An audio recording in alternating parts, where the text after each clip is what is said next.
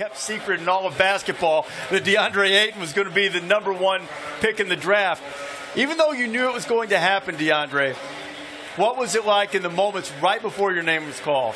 I mean, once the commissioner came up to the podium, I already knew, like, okay, this is about to happen. Whatever happens, happens. And as soon, I mean, he didn't hold it back. He just said, you know, he said what he had to say, and he called my name right away. I looked at my mom. I saw my auntie's reaction. I just knew it was like, okay, it's there. Hugged them. Did try my best to keep my emotions to myself. And when I shook his hand, that's when all my emotions started to kick in. And I just tried my best to hold it in as much as possible. But I was really proud, and dreams do come true. Do you think of yourself as an emotional guy, usually? I mean, yeah, I mean, not really, but, you know, today is my night. Today's our night, and, you know, hard work really pays off, and, you know, this is what success means. But, you know, once we we're in the NBA now, and our hard work has just begun. All right, now, some people think that once you get drafted that your work is over, except for maybe stopping by to see us. That's not at all how it's been. You gave the #1 signal, and then you were off to be pretty busy from that point forward, right? What's it been like since then? I mean, it really took my mind from this night, and, you know, it really got me going on how the NBA works. You know, it's a lot of media, a lot of exposure, and, you know, you always got, no matter if you don't want to do it, you want to do it, you still have to do it. You know, that's your job now. It's a part of your life, and, you know, I learned that. And I learned how to, you know, speak more proper, and, you know, just really have the best attitude possible. First of all, congratulations, young pup. Yeah, they're gonna be calling you Rook, so get used to it. But I'll say this: I've seen the picture of you and your mother right there. I've heard you a lot talk about your relationship with your mom, what you want to do for your country. Talk about a couple of those things you want to do for your family. You know, through college, there was a lot of stuff going on. And, you know, her and I, we really went through it, you know, especially to false information. And, you know, we really tried to ignore the noise. You know, she's a prayer warrior. She prays a lot. You know, I'm playing on the court, and she's keeping faith.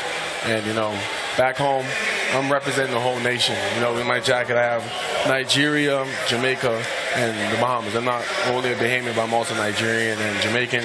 I'm representing the whole Caribbean, and I just want to be the best role model possible.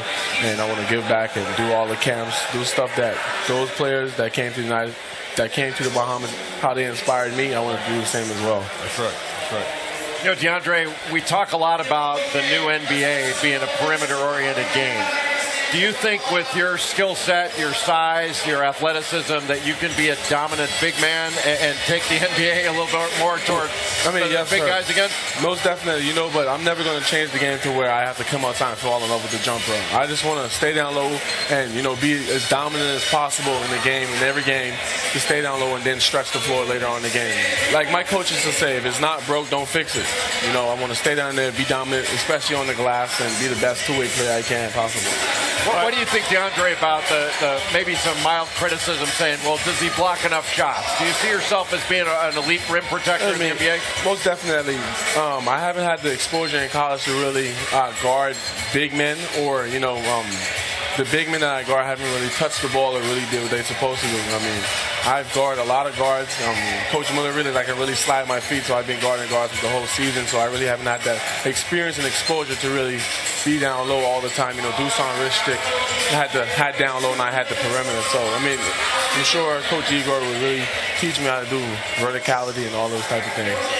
Deandre, we're going to take a look at the depth chart in Phoenix right now, and the Suns are on the clock. Has Ryan McDonough called you to ask who you would like for him to pick to play with you right now? No, it's going to be a surprise, just like how it was a surprise to me. Do you have a suggestion?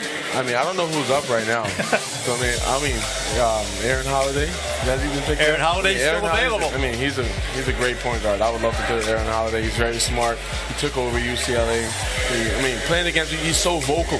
He's such a leader, and he's a point guard, but he's one of those old school point guards to where, like, yo, I want you to do this and this and this, and he's also showing that as well. We were waiting on the pick to come in, and I briefly told the story of your dad taking you to work with him when you were a kid. And you lasted a week, and you got enough money to go to basketball camp?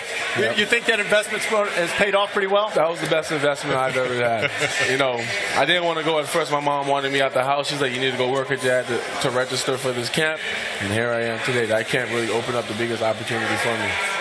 So what do you anticipate? What goals have you set for yourself rookie season? I mean, really, just listening to every veteran as possible, guys who came before me, having the most respect for them, and bring the best work ethic and bring my work ethic to the next level. College is another thing, but this is a grown man's game, and there's a lot of superstars in this game, and I need to learn the tricks and trades and be under a veteran's wing and really know this game to the best. Well, to be a veteran, you need to be able to handle the media, as you said. So the picks in. How about if you throw it to Commissioner Silver now and find out who your teammate's going to be?